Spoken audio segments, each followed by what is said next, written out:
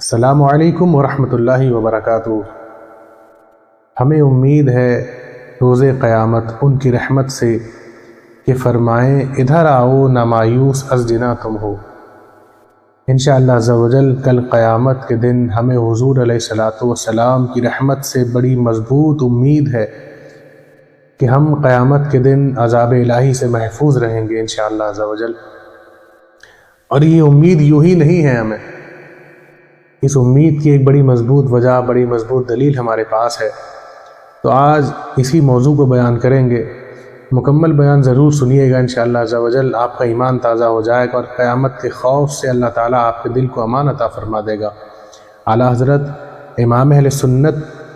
علیہ رحمت و رضوان کے والد ماجد حضور خاتم المحققین سیدنا نقی علی خان قادری قدس سرہ اپنی کتاب الکلام الاوضح فی تفسیر شرح علم نشرہ میں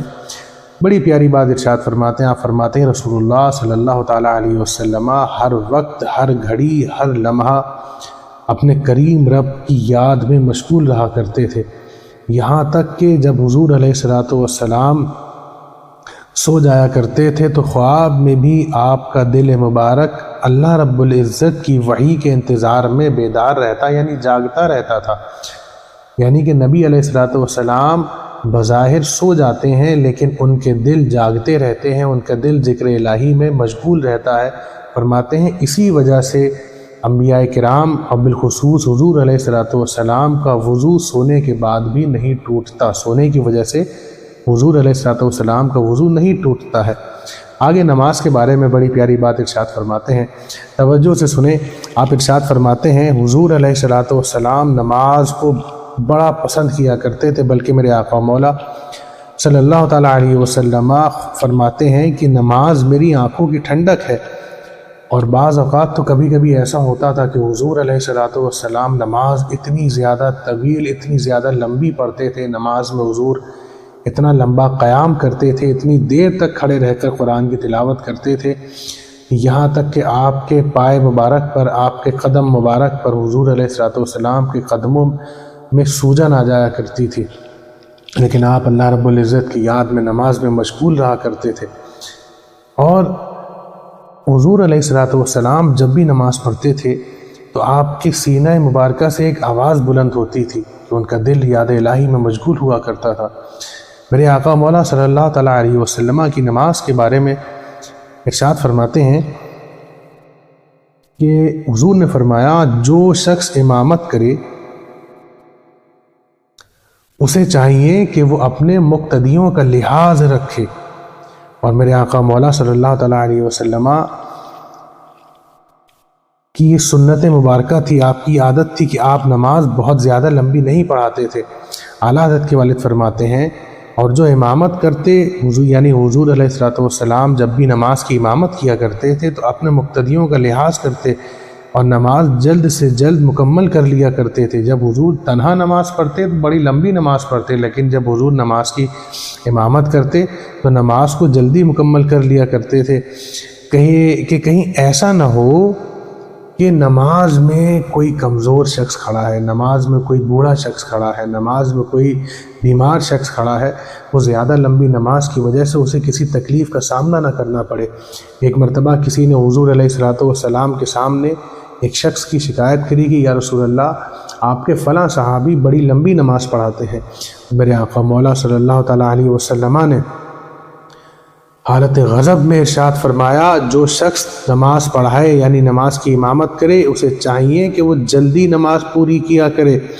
کیونکہ ہو سکتا ہے کہ تمہارے مقتدیوں میں کوئی ضعیف ہو، کوئی بوڑھا ہو، کوئی کمزور ہو، کوئی حاجت مند ہو، تو ان کی رعایت کیا کرو اور نماز باجماعت جلدی مکمل کر لیا کرو۔ اور حضور علیہ الصلاۃ والسلام اگر نماز پڑھاتے ہوں اور اگر حضور کے کانوں میں کسی بچے کے رونے کی آواز آ جائے تو حضور علیہ الصلاۃ والسلام نماز اور جلدی مکمل کرتے تھے کہ کہیں ایسا نہ ہو کہ جو بچہ رو رہا ہے اس کی ماں جماعت میں شامل ہو، کیونکہ حضور علیہ الصلاۃ والسلام کے زمانہ مبارکہ میں عورتیں بھی جماعت میں شریک ہوا کرتی تھیں۔ اور عورتوں کی جماعت کا طریقہ یہ ہوتا تھا کہ سب سے پہلے مردوں کی صفیں ہوتی تھیں، مردوں کی صفوں کے بعد بچوں کی صفیں ہوتی تھیں، اور بچوں کی صفوں کے بعد سب سے پیچھے عورتوں کی صفیں ہوا کرتی تھیں۔ یہ ترتیب ہمیشہ یاد رکھیے گا۔ اب اعلیٰ حضرت کے والد گرامی یہ نماز کے متعلق حضور کا یہ فرمان، حضور کا یہ عمل نقل کرنے کے بعد ارشاد فرماتے ہیں کہ جس نبی علیہ الصلاۃ والسلام کو نماز باوجود اس کے کہ افضل العبادت ہے، یعنی نماز سے بہتر کوئی عبادت نہیں ہے، تو حضور سب سے بہتر عبادت کو بھی نماز کی حالت میں امامت کے وقت میں جلدی مکمل کر لیتے تھے، اور اپنے صحابہ کو بھی یہی حکم دیتے تھے کہ تم نماز میں جماعت کو جلدی مکمل کر لیا کرو کہ کہیں ایسا نہ ہو زیادہ لمبی جماعت کی وجہ سے پیچھے کسی مقتدی کو، میرے امتی کو تکلیف گزر جائے۔ اعلیٰ حضرت کے والد فرماتے ہیں قربان جائیے ایسے نبی پر کہ جو نماز کی حالت میں بھی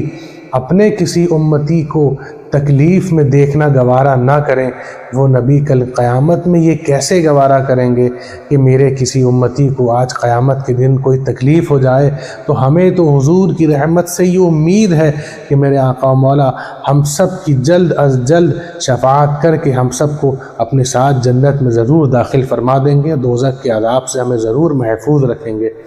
تو یہی وجہ تھی آج کا بیان اسی موضوع پر تھا۔ اللہ تعالی ہم سب کو حضور علیہ الصلاۃ والسلام کی سچی محبت نصیب کرے، اور حضور علیہ الصلاۃ والسلام کی سنتوں پہ عمل کرنے کی توفیق عطا فرمائے۔ وما علینا الا البلاغ۔ السلام علیکم۔